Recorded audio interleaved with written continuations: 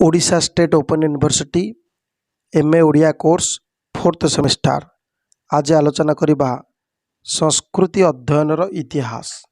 यह हूँ MoD 14 block 1 रो द्वितीय एकक। यही संस्कृति अध्ययन इतिहास इथिरे आमे जानिबा संस्कृति अध्ययन परिसर, संस्कृति अध्ययन इतिहास, तत्सहित संस्कृति अध्ययन विभागीकरण एवं सांप्रतिक मतवाद। प्रथमे जानिबा यही संस्कृति अध्ययन कौन। कौन से एक विषय को भल भाव में बुझापी आमको तार इतिहास को जीवाक पड़े। समाज तत्व आ नृतत्व ये दुईटी शास्त्र संस्कृति को विभिन्न परिप्रेक्षी और विभिन्न पृष्ठभूमि में आलोचना कर आसी। सांप्रतिक परिस्थिति एक सुस्थ सबल और प्रगतिवादी समाज गढ़ापी सांस्कृतिक आधार गुरु भूमिका रही। से दृष्टि संस्कृति अध्ययन समाज विज्ञान एक विषय वस्तु अटे। बहु पुरा कालरू मनुष्यर संस्कृति प्रति जो विशेष रुचि रही आसी ताहा सबुबले संस्कृति अध्ययन निमंते मार्गदर्शन कराए। अष्टादश शताब्दी ए पर्यंत सांस्कृतिक अध्ययन समाज विज्ञान विभिन्न विषय वस्तु को सुदृढ़ करने सहित व्यक्ति विशेष को समाज और संस्कृतिर ज्ञान सहित परिचित कराए। एथिपाई संस्कृति अध्ययन इतिहास विषय समस्तंकर सम्यक ज्ञान रहिबा नितांत आवश्यक। जेहेतु मनुष्य एक सामाजिक प्राणी तेणु मानव समाजर विकास अन्य जीव जगतर विकास ठारू भिन्न होता है। प्राणी जगत केवल प्रकृतिर नियम अनुसार परिचालित होता बेले मनुष्य प्रकृति और परंपरा उभयों द्वारा परिचालित। वर्ष वर्ष धरी साहित्य परंपरा रो प्रभाव व्यक्ति और समाज को गढ़िबारे विशेष सहायक होता है। यही परंपरा संस्कृतिर आधार अटे। प्रारंभ विभिन्न प्रतीक माध्यम और भाषा माध्यम संस्कृतिर परिप्रकाश हो आसी। परवर्ती काल में संस्कृतिर प्रसार धर्म धारणा साहित्य शिक्षा तथा विभिन्न नीति नियम माध्यम होइछि। अष्टादश शताब्दीर शेष भागरू पाश्चात्य समाज रे एक विशेष परिवर्तन आसीथिला। कृषि प्रधान समाज क्रमशः शिल्पभित्तिक समाज आड़ को अग्रसर हैला। नूतन जंत्रपातिर अद्भुदय शिल्पभित्तिक समाज गढ़िबारे सहायक हैला। विज्ञान परिसर व्यापक होगा सहित मनुष्यर साधारण जीवन यापन प्रणाली और चिंताधारा व्यापक परिवर्तन आसला। ऊनविंश शताब्दी समाजर विभिन्न विभाग को तन्न तन्न कर विश्लेषण करिवार उद्यम आरंभ होला। संस्कृति को देखिबार दृष्टिभंगी क्रमशः परिवर्तन आसला।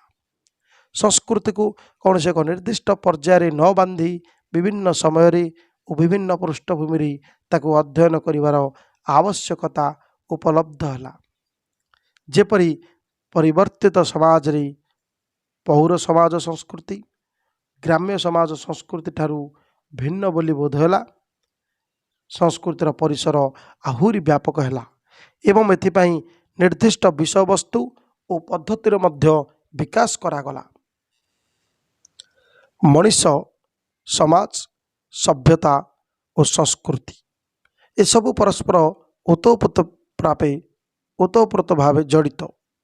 तेणु विवर्तित धारारी मनुष्यर चिंताधारा और दृष्टिभंगी जो परिवर्तन आसला ताहा संस्कृति अध्ययन को आहुरी वैज्ञानिक ढंगरे अनुशीलन करी सामाजिक बोध प्रतिष्ठा कला। तेणु संस्कृति अध्ययन अति जरूरी मन है। वर्तमान जानिबा संस्कृति अध्ययन परिसर। रेमंड विलियम का मतरी पहाच पर पहाच संस्कृति अध्ययन विकास घटी।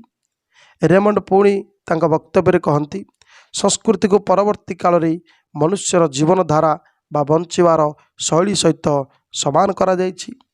तांका मतरी ऊनविंश शताब्दीर द्वितीय भागरी सांस्कृतिक अध्ययन एक तुलनात्मक गवेषणार विषय वस्तु है तथा यह उच्च नीच क्रम विभिन्न सामाजिक गोष्ठी मध्य सांस्कृतिक अध्ययन ସାମାଜିକ ସ୍ତରୀକରଣର ପରିପ୍ରକାଶ କରାଇଲା। ପ୍ରଭାବଶାଳୀ ଜାତି ନିଜକୁ ଉଚ୍ଚ ମାନ୍ୟତା ଦେବା ସଙ୍ଗେ ସଙ୍ଗେ ଅନ୍ୟମାନଙ୍କ ମଧ୍ୟରେ ହୀନମନ୍ୟତା ବୋଧ କରୁଥିଲେ। ଏହି ବାସ୍ତବତାକୁ ସଂସ୍କୃତିର ଅଧ୍ୟୟନ ମାଧ୍ୟମରେ ହିଁ ଲୋକଲୋଚନକୁ ଅଣାଯାଇପାରିଲା। ଧନୀର ଗରିବ ଉପରେ, ପୁରୁଷର ନାରୀ ଉପରେ, ମାଲିକର ଦାସ ଉପରେ ଚାଲିଥିବା ପ୍ରଭୁତ୍ୱକୁ ଐତିହାସିକ ତଥ୍ୟ ଆଧାରରେ ସାଂସ୍କୃତିକ ଅଧ୍ୟୟନ ପରିବର୍ତ୍ତିତ ସମାଜକୁ ଏକ ଭିନ୍ନ ଦୃଷ୍ଟିଭଙ୍ଗୀ ଦେବାରେ ସହାୟକ ହେଲା।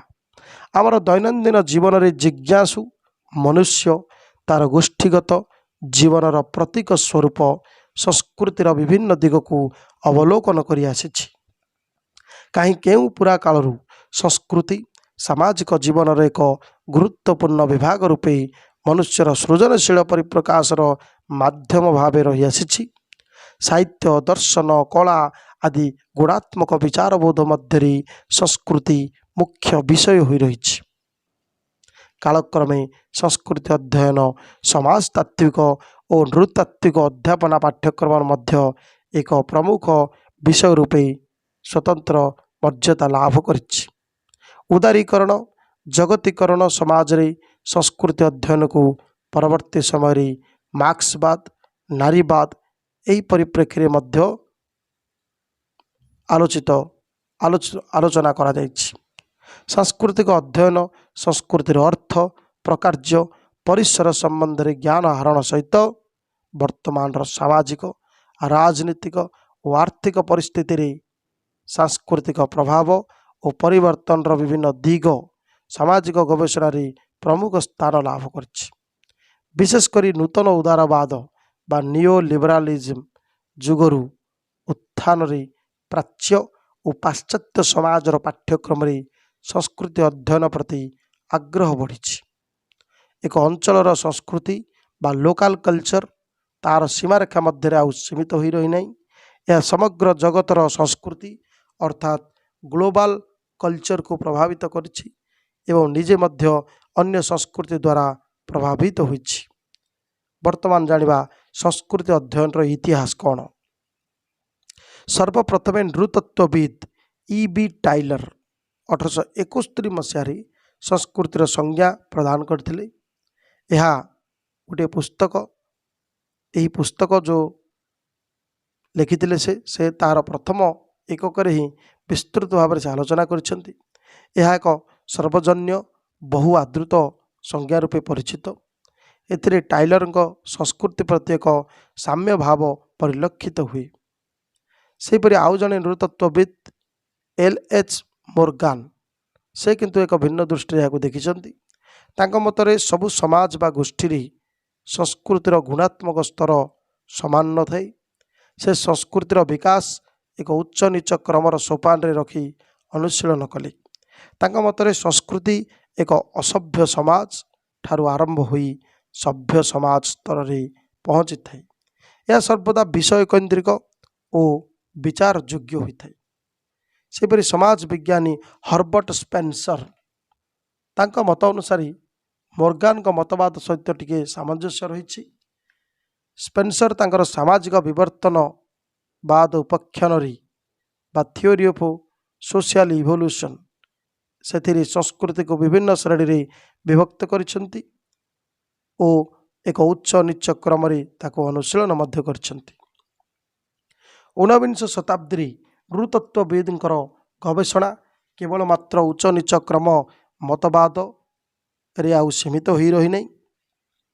ସେମାନେ ସାମାଜିକ ବାସ୍ତବତା ଦିଗରୁ ସଂସ୍କୃତିକୁ ଅଧ୍ୟୟନ କରିଛନ୍ତି। ତତ୍କାଳୀନ ସମାଜରେ ଏକ ନିର୍ଦ୍ଦିଷ୍ଟ ସଂସ୍କୃତିକୁ ବ୍ୟକ୍ତିଗତ ସ୍ୱାର୍ଥ ଓ ରାଜନୀତିକ ଲକ୍ଷ୍ୟ ପୂରଣ ନିମିତ୍ତ ଉପଯୋଗ କରାଯିବାର ଦୃଷ୍ଟାନ୍ତ ସେ ସମୟର ଗବେଷଣାରେ ସ୍ଥାନ ପାଇଛି।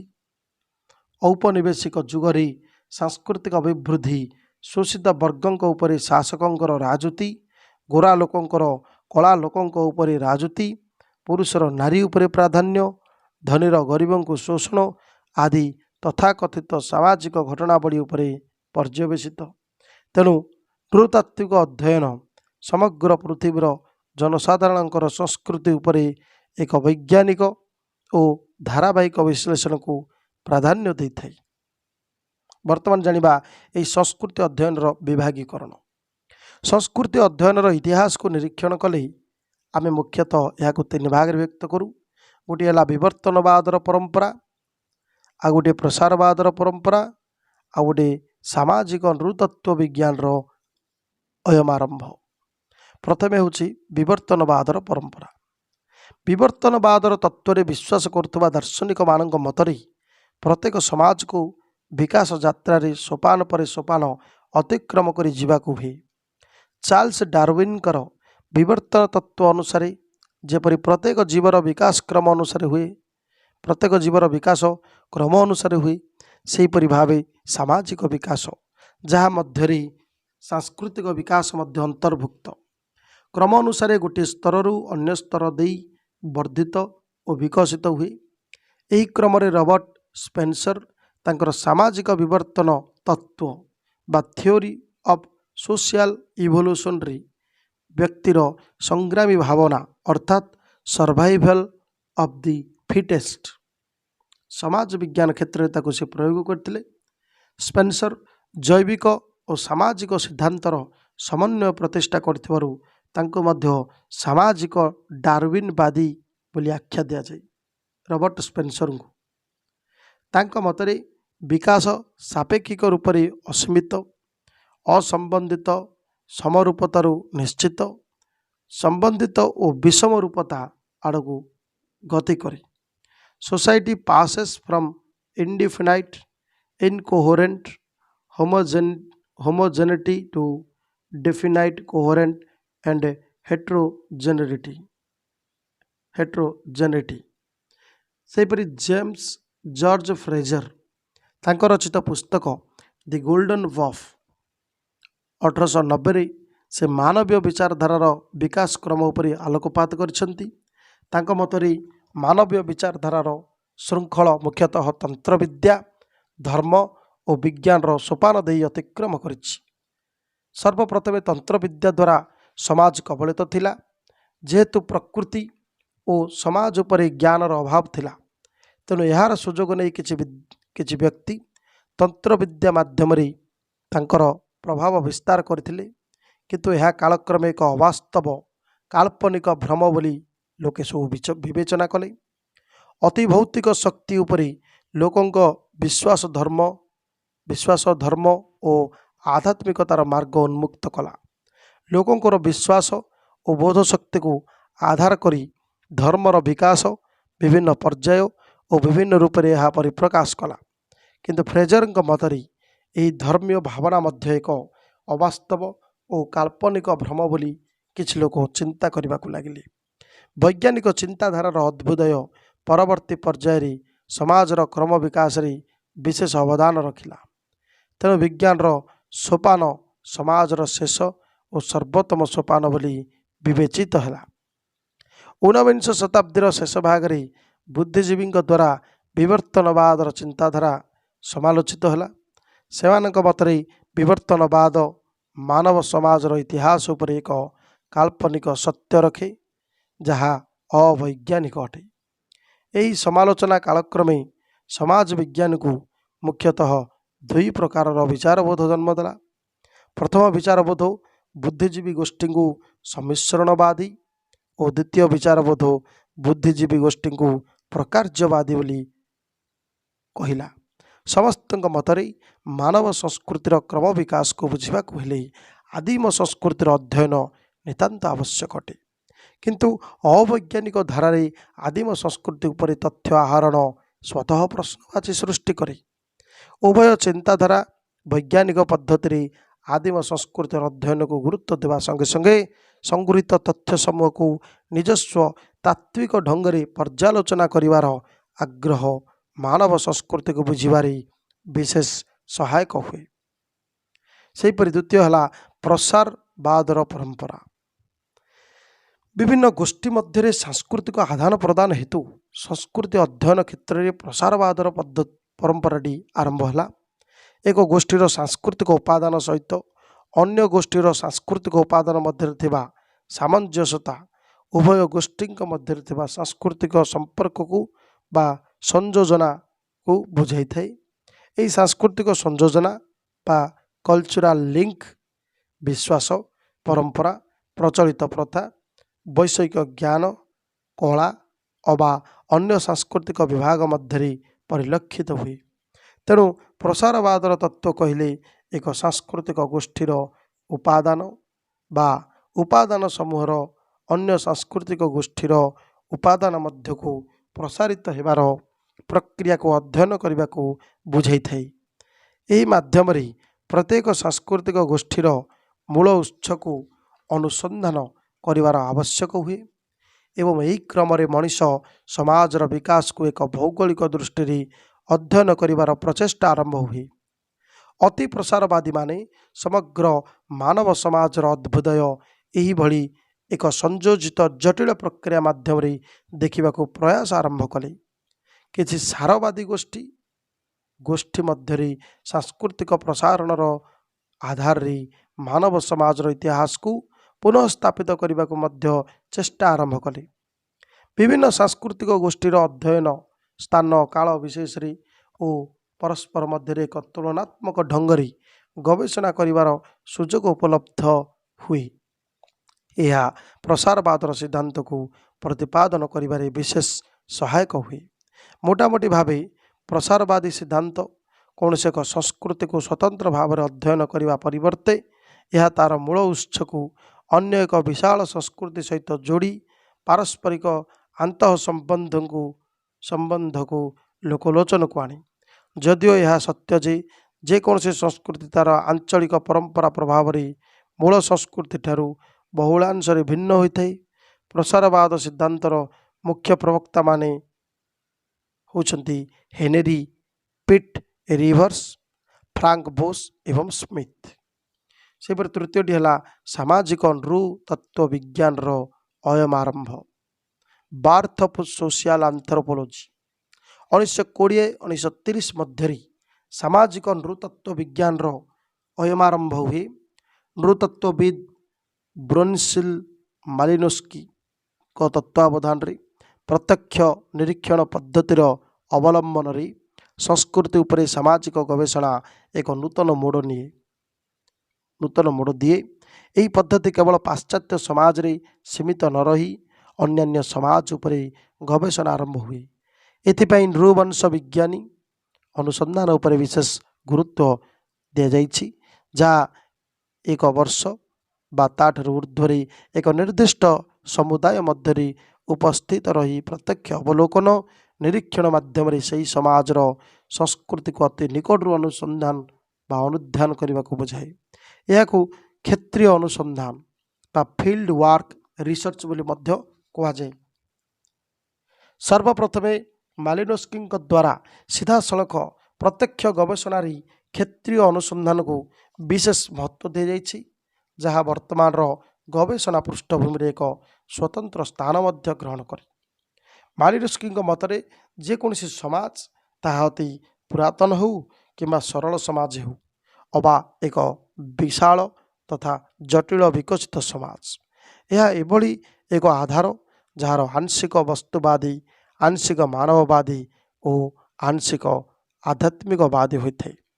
ଏହା ବ୍ୟକ୍ତିକୁ ଏକ ବାସ୍ତବ ତଥା ନିର୍ଦ୍ଦିଷ୍ଟ ଅନୁଭୂତି ଦେଇଥାଏ, ଯାହାଦ୍ୱାରା ସେ ତା'ର ସକଳ ସମସ୍ୟାର ସମାଧାନ ପାଇଁ ସମର୍ଥ ହୁଏ।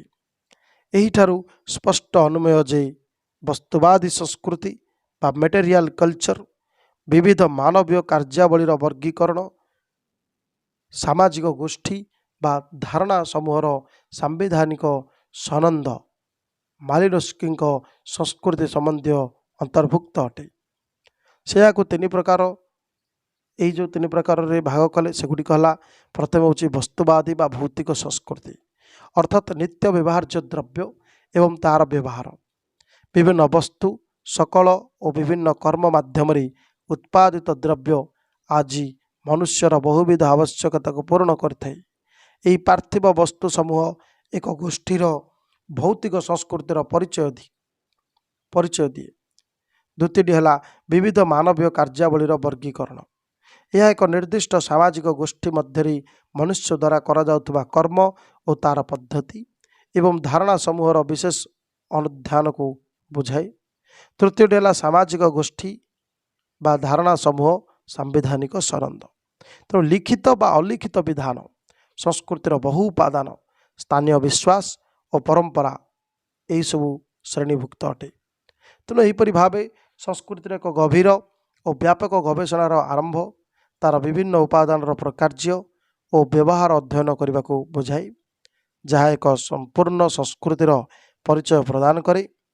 मुख्यतः सामाजिक नृतत्व विज्ञान जुगर आरंभ प्रत्यक्ष द्वार उन्मुक्त करे एवं नृवंश वैज्ञानिक पद्धतिर प्रचलन आरंभ हुए।